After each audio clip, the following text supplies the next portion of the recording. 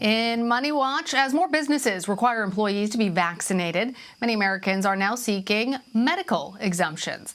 But as Money Watch reporter Megan Cerullo explains, getting approved for a medical exemption is no easy process, especially now that the FDA has fully approved the Pfizer shot.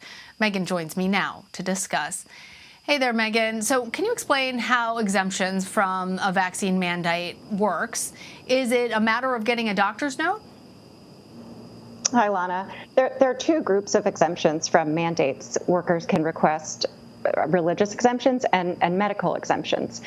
There are no known medical conditions that interfere outright with vaccination. So workers have to very specifically document what it is that makes them ineligible for vaccination, and they can then request an accommodation from their employer.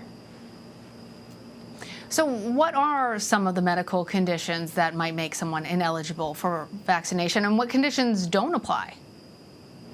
There are no known medical conditions that interfere outright. There are no contraindications other than severe allergies to given vaccine components. So anyone who had a severe allergic reaction to a first dose would be ineligible, or anyone who has a documented allergy to a known vaccine component. What's interesting, though, is there are 3 vaccine alternatives. So it's very unlikely that someone would be allergic to all 3 vaccines, and their reaction has to be severe. A lot of us had a sore arm after receiving our vaccines.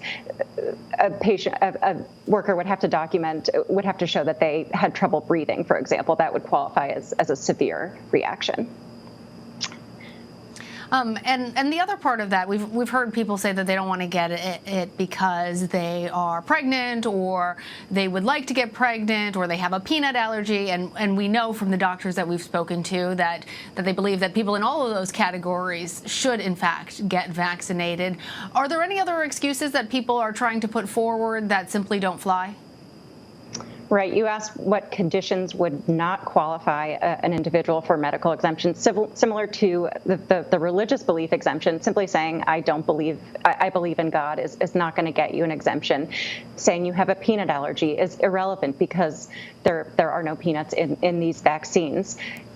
Individuals who claim that they're worried it'll affect a pregnancy or harm their fertility. Those are also myths that have been debunked by large studies. So that's not going to fly.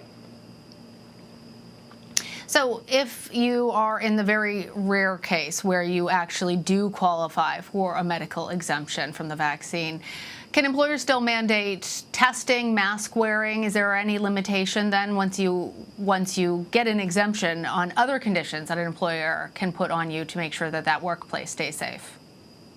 It is important to note how rare these medical exemptions are.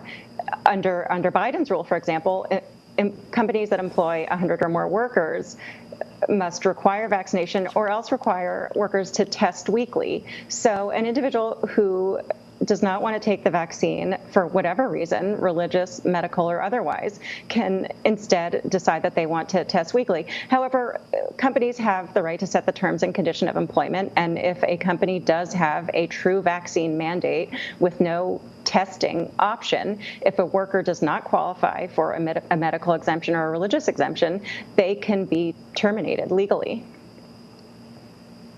Well, that was what I was going to ask, that if people refuse to get vaccinated, don't have a valid exemption, whether it's religious or medical, does the employer need to do anything else, or can they just say, okay, sorry, this is the end of the road for us?